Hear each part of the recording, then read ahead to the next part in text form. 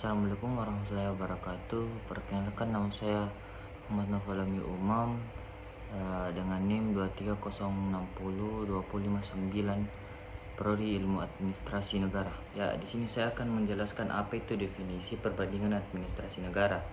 Perbandingan administrasi negara adalah suatu kajian yang membandingkan sistem administrasi dari berbagai negara dengan tujuan memahami persamaan dan perbedaannya serta menemukan cara terbaik dalam penerapan administrasi publik di suatu negara. Lalu yang kedua itu fungsi perbandingan administrasi negara. Yang pertama, menjelaskan kelebihan dan kekurangan sistem administrasi suatu negara agar dapat saling bertukar gagasan. Lalu yang kedua, menjadi tolak ukur dalam pemecahan masalah administrasi negara.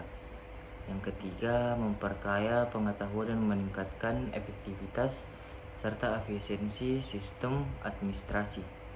Lalu yang terakhir, menemukan teori administrasi negara yang berbasis teknologi, logis, dan bermanfaat. Yang ketiga, tujuan perbandingan administrasi negara. Yang pertama, mengkaji dan memahami sistem administrasi negara lain. Yang kedua, mengetahui kelebihan dan kelemahan sistem administrasi di berbagai negara. Lalu yang ketiga, mempelajari kebudayaan serta perilaku birokrat di negara lain. Dan yang terakhir, mengidentifikasi faktor-faktor yang mempengaruhi administrasi negara. Terus yang keempat itu perkembangan studi perbandingan administrasi negara. Pada tahun 1986 menjadi awal lahirnya gerakan scientific management yang dipelopori oleh Frederick Winslow Taylor. Hingga akhir tahun 1945, Amerika Serikat mengalami perkembangan pesat di bidang ekonomi dan industri yang turut mengaruhi perkembangan administrasi negara. Yang kelima itu adalah paradigma utama dalam teori perbandingan administrasi publik. Yang pertama, dikotomi politik dan administrasi, pemisahan antara fungsi politik atau penentuan kebijakan dan administrasi atau yang disebut pelaksanaan kebijakan. Yang kedua, prinsip-prinsip administrasi negara, menekankan pentingnya efisiensi, rasionalitas, dan tanggung jawab. Dan yang keenam itu pendekatan dalam studi administrasi negara. Pendekatan ini didasarkan pada ideologi seperti liberalisme, komunisme, Islam, dan Pancasila. Liberalisme menekankan kebebasan individu dan hak asasi manusia. Yang kedua itu komunisme, menciptakan masyarakat tanpa kelas yang dikendalikan oleh pemerintah. Terus Pancasila merupakan perpaduan antara liberalisme dan komunisme, menekankan kebebasan individu namun tetap berlandaskan nilai-nilai kemanusiaan dan keadilan. Lalu yang kedua itu pendekatan politis. Ciri-ciri pendekatan politis itu, yang pertama, administrasi dianggap sebagai alat politik untuk mencapai tujuan negara, bukan sekedar kegiatan manajerial. Dan yang kedua, berfokus pada hubungan antara politik dan birokrasi. Ketiga, menyoroti kekuasaan dan kepentingan dalam pengambilan keputusan, contoh rancangan kenaikan gaji anggota DPR. Manfaat pendekatan politis. Yang pertama, membantu menjalankan sistem administrasi negara secara realistis. Kedua, menjadi dasar efektivitas kebijakan yang dipengaruhi oleh kekuasaan. Lalu yang ketiga itu pendekatan sistem.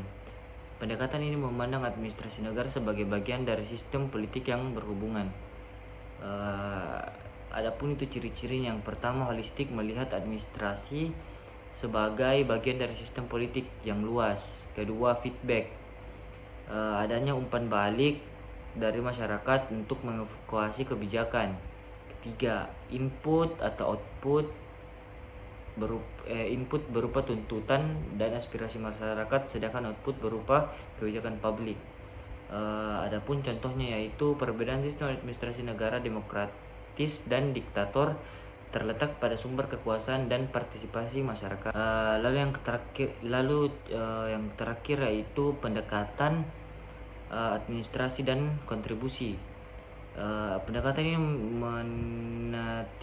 menitik beratkan pada landasan hukum dan dasar konstitusi dalam pelaksanaan pemerintahan. Ciri-ciri pendekatan administrasi dan konstitusi adalah setiap aktivitas masyarakat harus berdasarkan hukum agar tidak bersifat berwenang-wenang.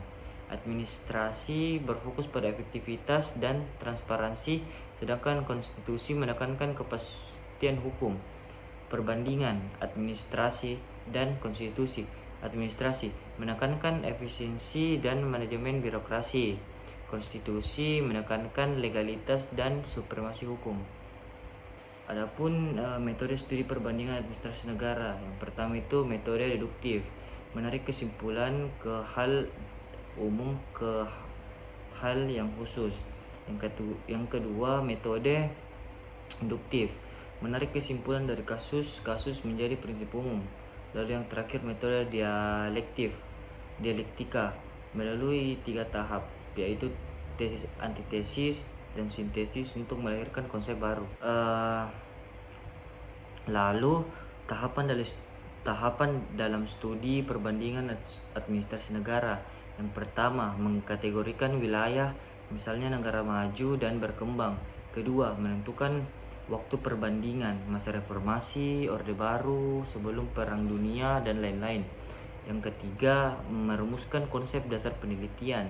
Dan yang terakhir itu menentukan masalah utama, pelayanan publik, birokrasi, dan kebijakan. Lalu yang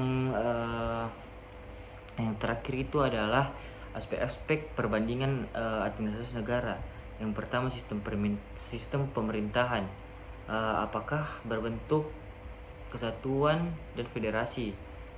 Dan yang kedua, bentuk pemerintahan dapat berupa kerajaan seperti monarki, absolut atau konstitusional, oligarki, dan demokrasi.